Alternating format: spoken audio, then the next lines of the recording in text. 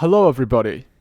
Welcome to Rethinking Reality episode, I don't even know, 17? I think that's right.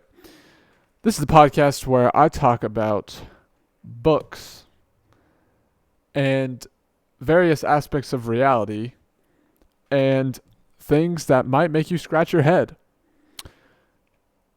Boy, it's been a long time. I know usually I say today we're going to be, I'll just say that.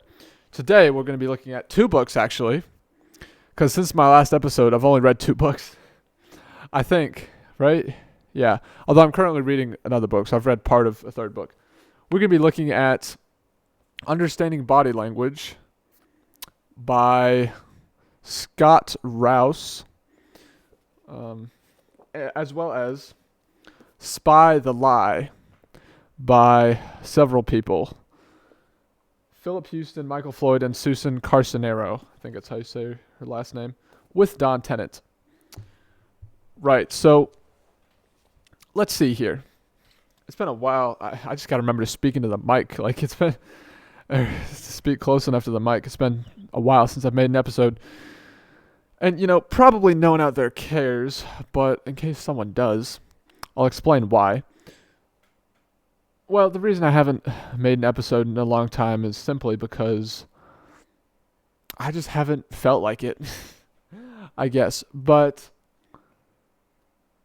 I recently thought to myself, I really should continue making these videos because I do enjoy making them. I enjoy making them, and I enjoy reading books. I'm trying to read more books. I mean, I counted the other day, I've got 117 unread books on my shelf. That's a lot of books. So, anyway, without further ado, it's been, how long have I been going?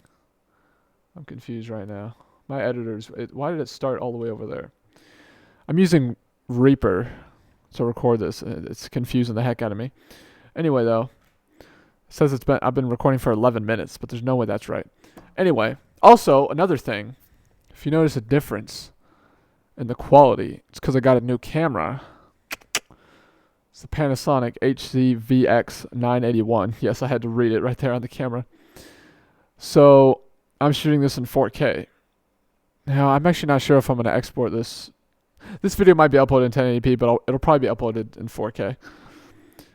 We'll see. Anyway, without further ado, let's get into these books, okay? So, I'm going to start with Understanding Body Language, this one. And then we'll talk about Spy the Lie. So, right. I'm basically going to review the books. I'm just going to tell you what I thought of the books, what I liked and didn't like. So, Understanding Body Language. I'll start with that one. Overall, I enjoyed the book. I read it in one day, I think. Because it's like 220 pages, somewhere around there. It's around 200. It's less than 250 pages, I think. I'm pretty sure. So I think it's right around 200. So it's a pretty short book. I thought it was a good book. I definitely learned a few things, I would say, from the book. And okay, so first I'll tell you what I liked. So I liked the fact that, I learned a few things. Now, I will say, I'm someone who's interested in body language and behavior analysis, lie detection, that sort of thing. And I know a fair bit about the subject, okay? Behavior analysis / body language. I know a fair bit. Not a ton, though. I'm not an expert. I'm not going to claim that. I'm definitely, I'd say nowhere near an expert. But I know a fair bit about it. So, yeah. That being said, I did learn, I would say, a handful of things from this book, Understanding Body Language. And one thing that I liked about the book was that there were sections, I think at the end of every chapter, or at the end of most of the chapters, if not all the chapters, I think at the end of every chapter, there was a section that it gave you a scenario, like a potential social scenario that you might find yourself in. And it gave you advice, essentially, or tips on what to do if you find yourself in that scenario. So, for example, one of the scenarios was if you're in a job interview and it's not going well, right? And what to do if you're in that situation, and how to read the body language of the interviewer, and what to do based on your observations. That's essentially what it talked about in that section.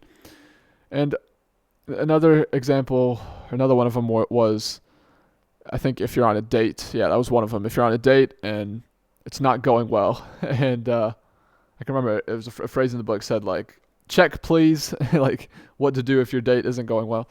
And so, yeah, it walked you through how you can what you can do to potentially turn around turn around a bad date. By turn around, I mean, I think you know what I mean by turn around, like turn a date that's going bad into a date that's going good, if that makes sense. Or how you can, if that doesn't seem possible, how you can what you can do to avoid the chances of further awkwardness occurring, essentially. And I thought that, it gave some good advice. I thought that the book gave some very reasonable and like smart things to do, good tips. So I liked that part of the book. It was, I'd say those were the most notable parts of the book that I liked, were those sections. Like I said, I think they were at the end of every chapter. So I need some water. Hold on.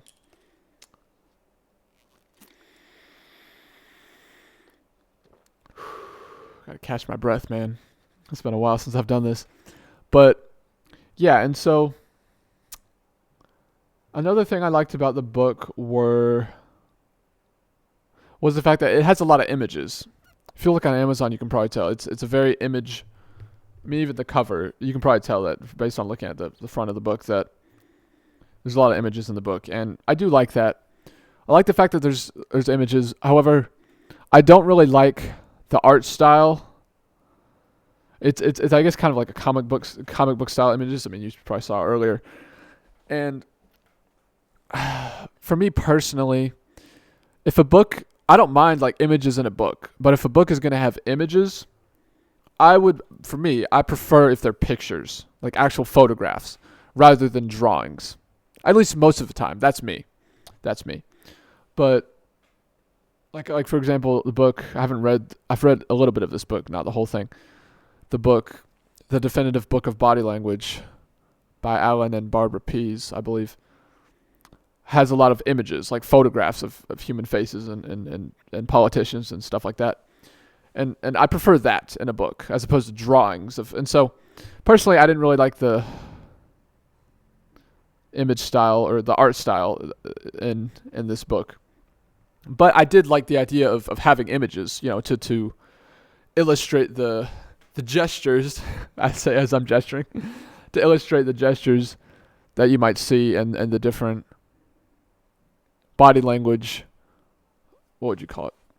Positions or postures or poses that you may encounter, that you may observe in social situations like a party, like it talks about body language you might observe at a party. It walks you through. I'll tell you a little bit. So yeah, that's one example it gives as a party. If you're at a party, and how to tell if someone is basically how to tell someone's mood at a party based on their body language, and how to tell if they're open to discussion, if they want to talk to someone, So like if you can read that on someone, then oh, I can go up to this person, and if you can accurately read body language, or if you're very good at it, you can know with a pretty high probability. Like, that's the thing. Body language deals in likelihood. It's all about likelihood. But if you're very good at behavior analysis and body language, you can look at someone and know with a high level of certainty, probably if you're really good, a very high level of certainty, okay, if I walk up to this person and start up a conversation, it's going to go well, or it's not going to go well, right? And so the book talks about that a little bit.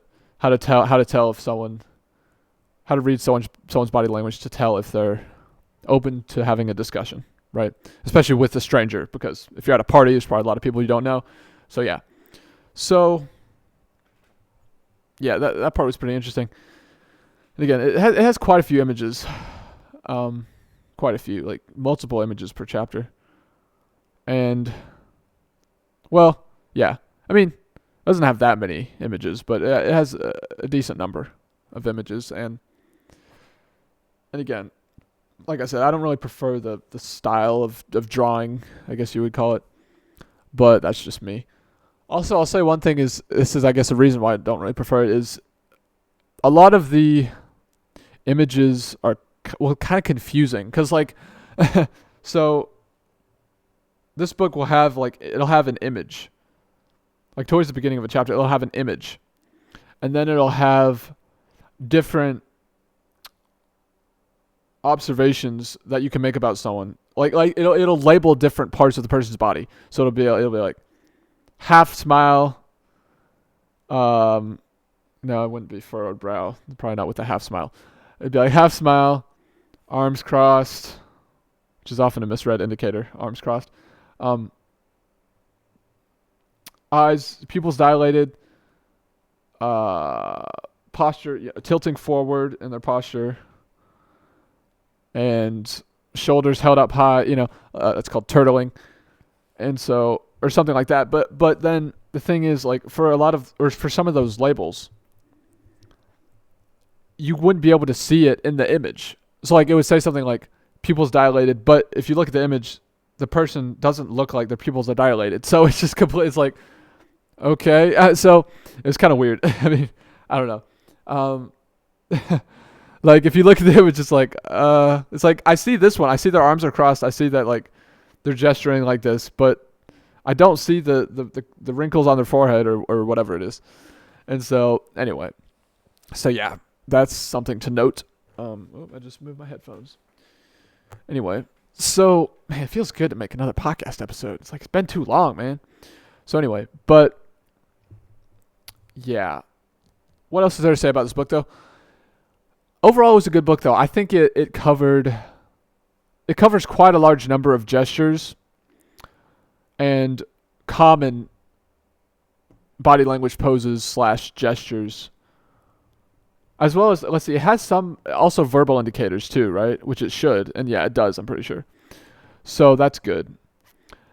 And I do like that it was so short. Like, I'm pretty sure, like I said, I think I literally read it in one evening. Like, so I like that about it.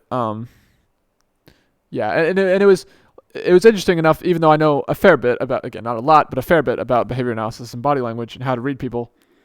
It was interesting enough for me to read in a few hours, or maybe like 5 hours, one evening, pretty much. So, so it's a pretty interesting book, I would say. And I like that it's pretty short. Let me see, how many pages exactly is it? Because I think it's less than 250, but I think it's, it's even less than that. Huh. Yeah, I forgot. Okay, yeah. It's like, if you include the conclusion, which is like one page, it's 147 pages. That's not including the resources. Including the resources and references, it's about, and including the index, I guess, too. And acknowledgments and about the author. It's about 160 pages. But anyway, yeah. But it's like 150 pages, so it's a short, but I didn't realize it was that short. So, okay, yeah, so I do like that. Like, I like shorter books. Easier to consume, and although I do like a long book sometimes, right? Like Thinking Fast and Slow, that was a good book. I enjoyed that one. For real, that was one of the first books I read, or one of the first 5 books I read, I think, right? Yeah. First 3, and maybe the third book I read. Anyway, but I do like shorter books generally, so I think most people out there do. So, yeah, so that's a good thing about this book, I think, is that it's literally 150 pages. So, yeah, no wonder I read it in one evening, literally. But anyway, so, I keep saying that. I don't know why I say that so much. But yeah, so, just said it again, consciously. Anyway, what else is there to say about the book? I would recommend it. It's, how much does it cost? I think it's $12. Why not look it up right now? I mean, I have access to the internet. May as well. Let's see. It's a less known. I misspelled. I mistyped understanding. I think it's a lesser known body language book. Okay, right now it's half off pretty much. Yeah. 1-day shipping if you have Prime. It's $8.49. List price $16.99. So heck, yeah, 4.6 stars on Amazon, 1,419 reviews or ratings. Not that many reviews. Oh yeah, it was released on January 5th, 2021, almost exactly 4 years ago. So yeah, okay, it's definitely worth less than $10, and it is a small book, so not surprising. But yeah, I would definitely say it's worth the price. Definitely. I mean, yeah, it's like I said, it is a shorter book, 150 pages of actual content, and so it's not like a super comprehensive book. If you want like a super comprehensive book on body language, well, I haven't. Well, I guess I would say I recommend the definitive book of body language, but well, I haven't read the whole thing yet, but I've read parts of it, so it seems like it's a very, very good book, and it's like 370 pages long. So anyway, yeah, but anyway, I would recommend it though.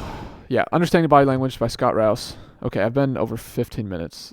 Okay, I'm trying to keep track of my time. Cause it says, I'm looking at Reaper and it says 26 minutes almost here, but I know that's inaccurate. I think it's about 10 minutes off. So anyway, so now let's talk about Spy the Lie. This book, oh guys, ho ho ho ho, Merry Christmas to me. I don't know what I'm saying. It's January 7th. This is 2 weeks past Christmas, pretty much. My glasses keep hitting this thing. I need to stay. I just need to. I don't know, man. I don't know. Right. So, this book. I like this book. This is a good book. Okay, I recommend this. I'm just gonna say right now, recommend it. Oh, by the way, let me actually give a rating for Understanding Body Language. I would rate it. I would give it a 7 out of 10. All things considered, yeah. I would give it a 9 out of 10 if you give it to a kid. It's great for kids. I would say it's a bit better for kids, I would say. So I'd give it's 9 out of 10 if you're giving it to a kid. But if you're just a guy like me, a 20-year-old guy or a teenager, then 7 out of 10, I guess. So I would give it a 7 out of 10. Now, yeah. Okay, but this book, excuse me. I'm sorry. This book right here is, I think, pretty spectacular. Spy the Lie. Such a good book. No, it's not like it's not like remarkable, but I think this is a very good book. Yeah, 3 former CIA officers among the world's foremost authorities on recognizing deceptive behavior share their proven techniques for uncovering a lie. Then there's text on the back. Right, it's a New York Times bestseller, and it is, page count here. See, I'm just gonna, for me, when I think of how many pages a book is, like, I don't include, I would include the appendix, but not references or biography or about the author. Like, I don't include that in the page count, so I'm not gonna include that. But I will include the glossary, because I think that's pretty important. And I did read, I've read the whole book, but, not every page. I haven't read the index of this book, and I'm not gonna include that. With the index, it's 258 pages. But without that, I guess we'll include about the authors. I don't know. Well, but then what? It doesn't have the pages. It's about 200 and I think it's just under 250 pages if you include about the authors. But if you don't, so just everything from the, let's see. Well, does that include everything? Hold on. I think, give me a second, guys. I'm trying to figure it out. So from the introduction to the glossary, including the glossary, is 242 pages. And yeah, of course, I read the acknowledgments at the beginning because that's part of the book. So,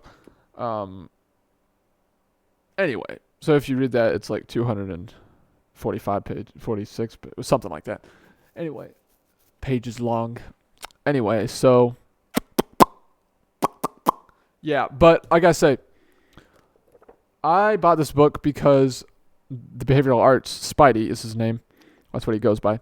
Recommended this book, and I'm glad I bought this book because I will say I thought I knew a lot about lie detection and behavior analysis, body language, and I guess I kind of did, but I learned a lot more reading this book, and I might read it a second time because it's not too long, and yeah, I learned a lot of good information reading this book, so definitely worth picking up if you're into, I guess specifically lie detection. It has a lot of good information. I'm trying to think of because I don't want to like. Well, how much can I? Because okay, I'll just come clean with this. Come clean, not really, but that's not the right phrase. But I'll just say something. So one thing I'm kind of scared about with this podcast is that I'll get copyright struck. Is that how you say it? Copyright striked. I think, yeah. Copyright striked. I like copyright struck. I like that better. I don't want to get copyright struck. So that's why I'm kind of scared about because I don't want to read actual excerpts. I think you can do that as long as I think I could do that as long as I give my thoughts on it afterwards. So I don't know though, but I can talk about the book. Okay, so I don't know because what messes with me and kind of confuses me is the fact that where is it? Well, maybe it doesn't say in this book, but most books say at the beginning something along the lines of, "Oh, this doesn't say it." Hold on a second. Wait a minute. I don't think this does say. No. Yes, it does. So yeah, it has a copyright 2012. All rights reserved. Okay, so it actually doesn't say it in this book, but in most books. So I guess this one I could read straight from. As long as I give my thoughts afterwards. I think. I don't know, guys. Sorry, I'm thinking out loud. This is what happens every time I do a podcast. I just blabber. I just verbalize whatever comes to my mind. Well, not whatever, but most things. Take a moment. Got to take a moment to think. Stop and please just think. Sorry. But what was I even about to say? Okay, yeah, but most books, or at least a few books that I've looked at the beginning, they'll say something like, copyright reserved for blah, blah, blah. No part of this book may be reproduced in any manner, parentheses, electronic, digital, print or something, for any reason whatsoever. Or it'll say something like that. And so then I'm like, wait, no part of this book may be reproduced. So you're telling me I can't even read? Can I read the chapter title? Could I tell you now? This book, here's the thing. Could I tell you what's right underneath the introduction, which I'm looking at right now? I'm pretty sure I can't. I'm just gonna say it. They're not gonna. There's no way they're gonna. Okay, the introduction, it says "Welcome to our world." Can I say that, or am I gonna get copyright stricken? Struck.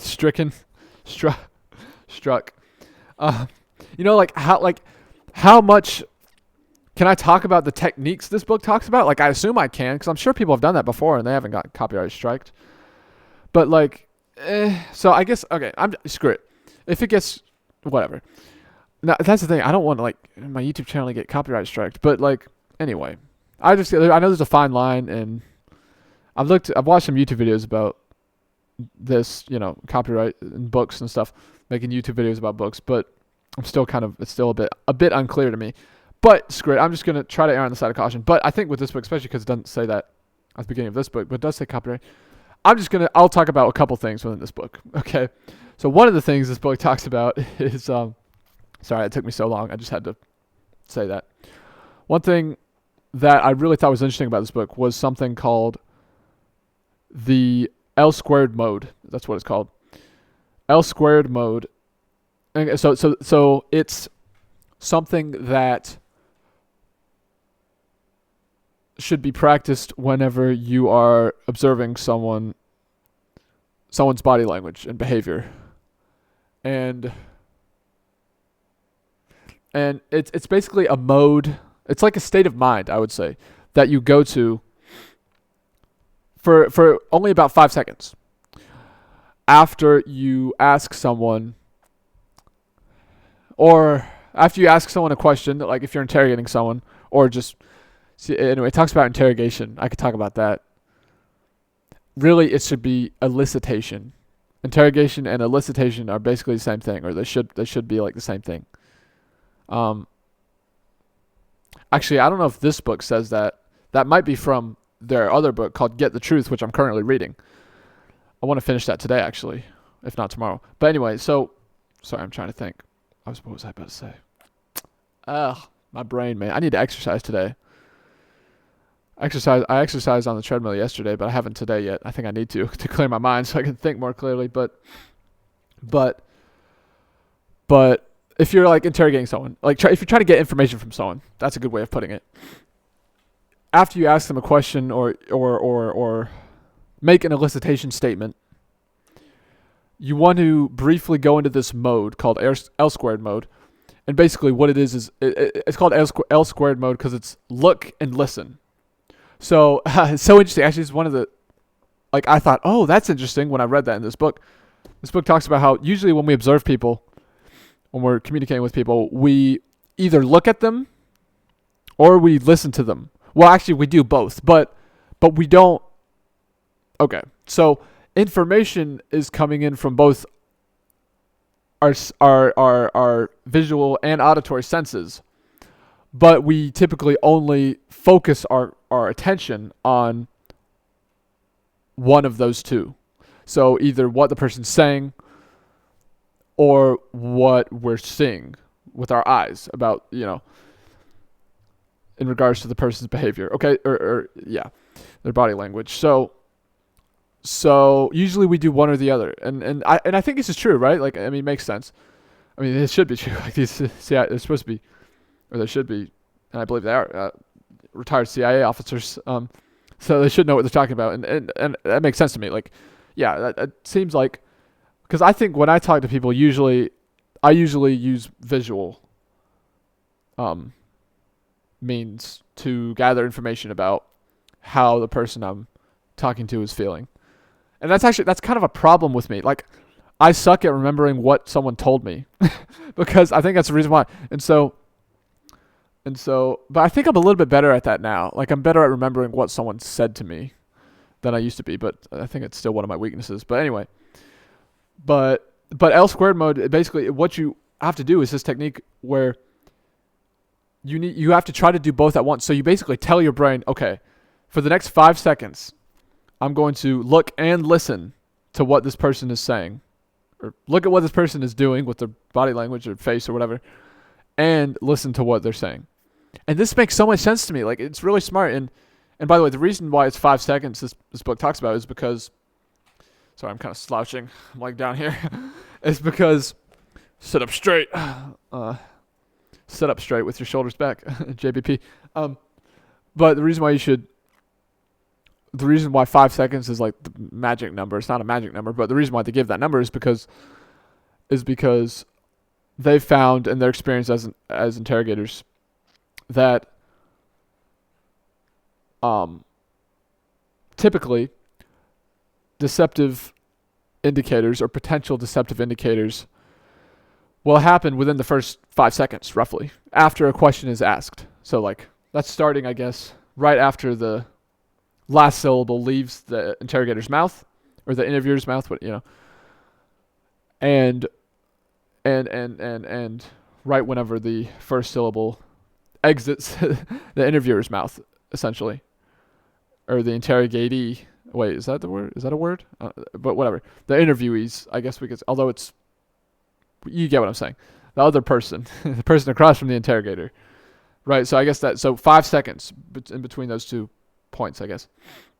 And so yeah, so that's why they say 5 seconds, because typically any deceptive or potential deceptive indicators, again, body language and behavior analysis deals in likelihood, will happen within 5 seconds after the question is asked or after the statement is made, if it's like an elicitation statement, or yeah, right after, within 5 seconds after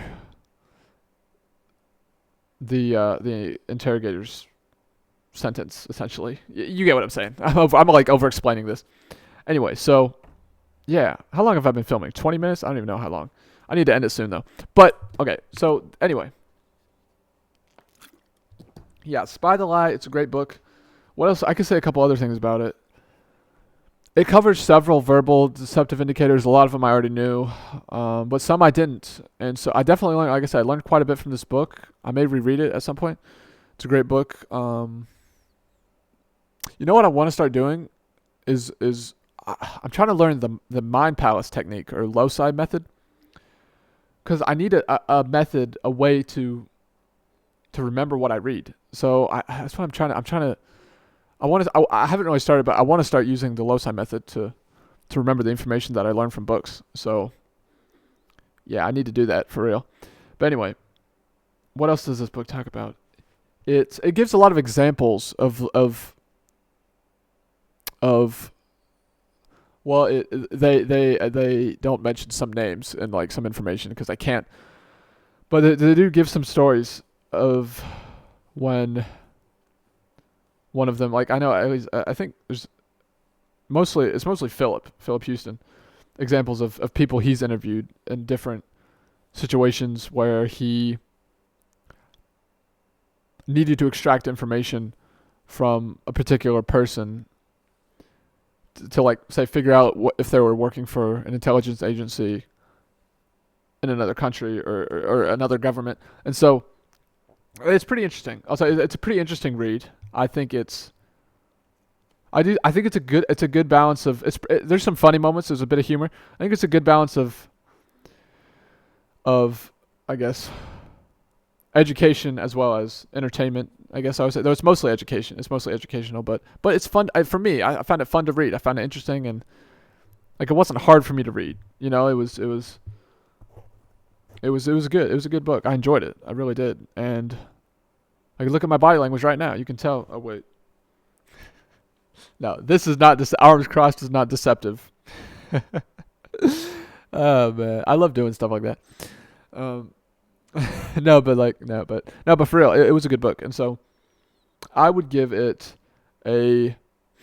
What would I give it? Well, is there anything else I want to say about the book? Like anything else notable? Like that I could say. Facial touching is also a big indicator of deception or stress. Really, I had an itch on my cheek. Anyway, but I'm sorry. I don't know why I'm laughing. I just am. Yeah, what else? That's about all there's, I think, to say about this book. I would recommend it, like I said at the beginning. And and I swear, dude, this weather, my nose is never, like, bad. As in, like, it doesn't run or is stuffy in the wintertime. Or, not really. I think it's this room. It's not just, well, it's partially, I think, the fact that the weather has been so dang bipolar is how I describe it. Like, I'm sorry I mean, that's how I describe this weather. It's January, and well, right now it's cold. It says 37 and sunny, but like we haven't had snow yet. We're supposed to have snow last Christmas. No snow. We had no snow Christmas. I wasn't pissed off. I wasn't ticked off either, but I was disappointed. I was a bit disappointed. Although at this point, because I'm 20 years old, I'm like, I don't care that much. Like, I do. I want it to snow on Christmas, but I'm not like depressed for a week if it doesn't. I don't think I really ever was as a kid or a teenager.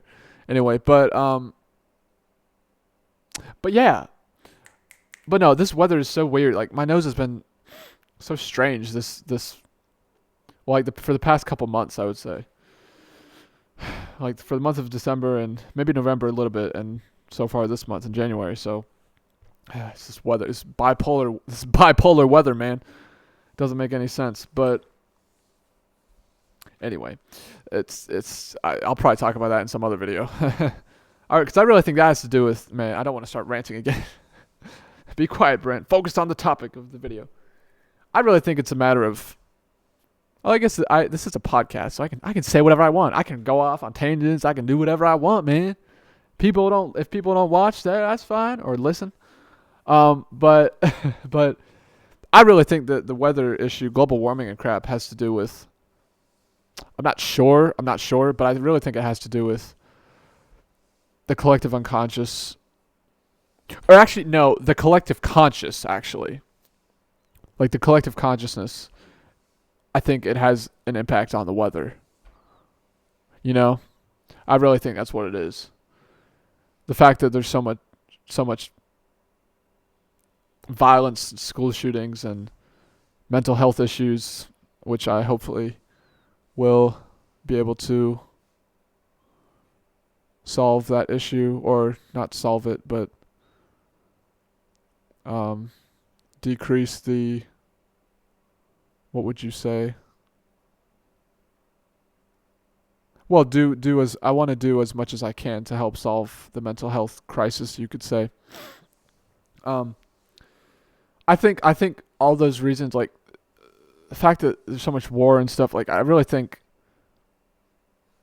that's why the weather's so jacked up. Like jacked up. The weather's so chaotic and weird and makes no sense. It's like, why is it sunny and 53 degrees in January? Like 53 isn't that crazy. Like 65 degrees, something like that. That's more aberrant.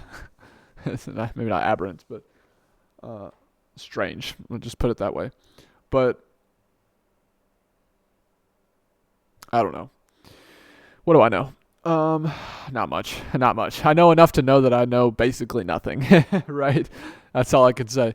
But anyway, back to Spy the Lie. Sorry about that. It's a great book. I think I would give it.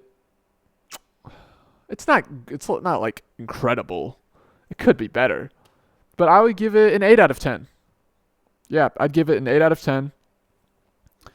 It's like I said, you'll learn a lot if you know like nothing about lie detection. Like you'll definitely learn a lot. You'll probably also like understand more. Like some of the stuff in this book you probably know intuitively, but after reading it you'll be like, okay, that makes sense. And like, yeah, I knew that intuitively, but that's now I know why that happens or whatever, or why this works. And that's the thing about I think that often happens to me and probably to a lot of people when reading books is that they'll read something that they know intuitively, like a point that the author's making, and they'll be like, yeah, they'll know that they knew that intuitively, but not at an intellectual level, right? And so I think that's something that makes reading very powerful, is that you get to understand things at a deeper level. Well, maybe not at a deeper level, but at an intellectual level. So, well, kind of at a deeper level, I guess. I don't know. Although you could make the argument that knowing something intuitively is deeper, I guess, than knowing something like verbally, or being able to articulate something. I don't know though, because I feel like no. I think when you can articulate something, then you know it. Yeah, you know it better than if you just know it intuitively, because you know it on 2 dimensions, something like that. Anyway, my computer just showed this thing. 1 inch snow, 1 inch of snow Friday. I got so excited. 1 inch. It's like not well. I mean, but that's. I mean, I guess it could be like half an inch. I mean, I don't think it would say if it were half an inch, but it could snow only half an inch. 1 inch snow. That's not bad, man.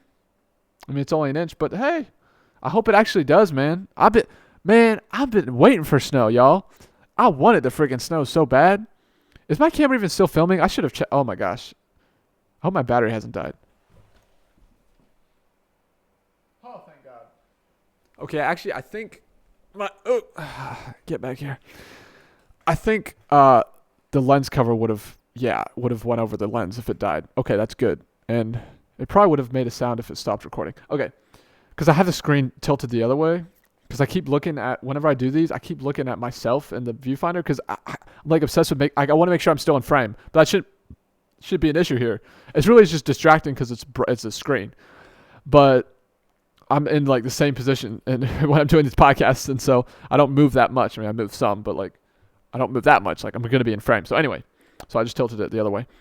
But yeah, now what else is there to say? I don't really know, and I don't know what I'm doing right now. Okay. But, again, sorry. Sorry. Hey, man, I'm just being myself. excuse my weirdness, or just click away. I mean, I don't really care. Anyway, nah, I don't know. I do wonder sometimes what people think about me whenever I just be weird, specifically when like on videos. Whether or not. See, no one makes it this far to the. No one's gonna make it this far to the video, anyway. So, and if you do, comment below. I'm not gonna give you money or anything, but I'll pin your comment. I'll heart it and I'll like it. Anyway, I was saying something about Spy the Lie. 8 out of 10. I think I've said everything I need to say about it pretty much. I mean, yeah, I recommend it. I recommend both these books, Understanding Body Language and Spy the Lie. They're both good books. How much is Spy the Lie? Okay, let's look at that. That's the last thing. I need to end this episode. Man, it feels so good to make another podcast episode. Just to output, Like I've been like introspecting and thinking a lot lately. $9.97, $10. It's list price is $19, so that's good.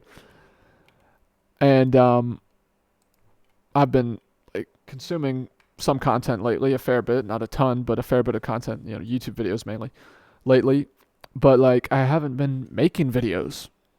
I made a YouTube short yesterday, but anyway. Yeah, so that's the end of this episode. I don't know what else there is to say. I've been going, it says 50 minutes, but gosh, so that's 35 minutes? I mean, it's been a while. I've been talking a while, I guess. I've been blabbering a lot. Okay. Sorry, I'm just thinking. What else do I need to say? See, I'm so unprepared. Every time I do these podcast episodes, I just like, most of the time, the episodes I've done so far, I've had a list of points and I've gone through them. But it's not scripted. Like, the podcast isn't scripted. I just say what I want to say. And I do think about, like, I did take a minute or two to think about what I was going to say in this video before I hit record. But I ended up saying a lot more than what I planned to say. So I feel like that always happens because I say something and I'll think of something and I'll say it, and so it just makes sense to me to just keep talking. But in my podcast episode, my episodes end up being like 40 minutes long, or some of them, and then I think, gosh dang, who the heck is going to watch a 40-minute long podcast episode of some 20-year-old dude, some dumb 20-year-old guy who's just like talking about random crap books, and who knows basically nothing. Like I'm not gonna get good watch time. Like I need to make make like 20-minute max videos. Like my podcast episodes need to be like 20 minutes max. Anyway, this is random, but all of a sudden my tinnitus in my right ear started acting up just now. It's weird. Usually I can hear it, but it's got louder all of a sudden. Speaking of which, my left ear over the past like week has been clogged, and I can't freaking unclog it. I tried to use my ear cleaner thing. Again, I'm doing it again. I know. I tried to use my ear cleaner thing. It didn't work. I don't know why it didn't work. I mean, no, I don't know. It's a pretty good. It seems like a pretty good ear cleaner. It's just I need to use it more. I guess I need to just be tenacious, be persistent until I can get this dang thing to unclog. Now here's the thing. It doesn't feel that clogged, which thank God, because I hate that feeling. Like if you know what I'm talking about, you know what I'm talking about. When you feel, it's like it feels so like unpleasant. It's almost painful. I mean, it's not painful, but it's just so unpleasant. It's almost painful. Whenever your ear's that clogged, but like, so thankfully it doesn't like really feel clogged, but I can tell it is clogged because I can't hear as well. Like I can't hear people for real. It's a problem. Well, I need to take a shower today anyway, so I guess I'll try using it again. Wish me luck. Hopefully I can get it unclogged later today. But anyway, I need to end this. I hope y'all enjoyed this video. It was really long, but it's been a while since I made one of these episodes, so that's probably kind of why I have a lot to say. Right, it's been a while. So if you enjoyed this video, hitting like is, I know a lot of people, YouTubers ask for likes all the time and stuff, but hitting like would let me know. It actually is useful or if you leave a comment, either one, it lets me know that you enjoy this, and that is helpful for me because to be honest, I can't really tell if my podcast episodes are complete garbage and boring as heck, or if they're actually good. It is just that like not enough people have watched them, or YouTube hasn't found the right audience. Like I can't really tell. So anyway, that would be helpful for me to know. But you can do whatever you want. You can like the video, you can comment, you can do neither, you can do both, you can do all three. Wait, what? Subscribing would be the third one. But, you know, that also lets me know that you like my videos because you bothered to subscribe. But anyway, I'm not trying to trick you into, look, you have freedom to do whatever you want. So anyway, that's a knee slapper. That's a knee slapper. Knee jerker, too. Don't ask. Oh, man. I need to stretch, man. I need to end this episode is what I need to do. If you enjoyed this video, let me know in the comments. And I hope this was entertaining or informative or both. Preferably both. And I will see you in the next video. Peace out, guys. I need to do something cool at the end. Peace out.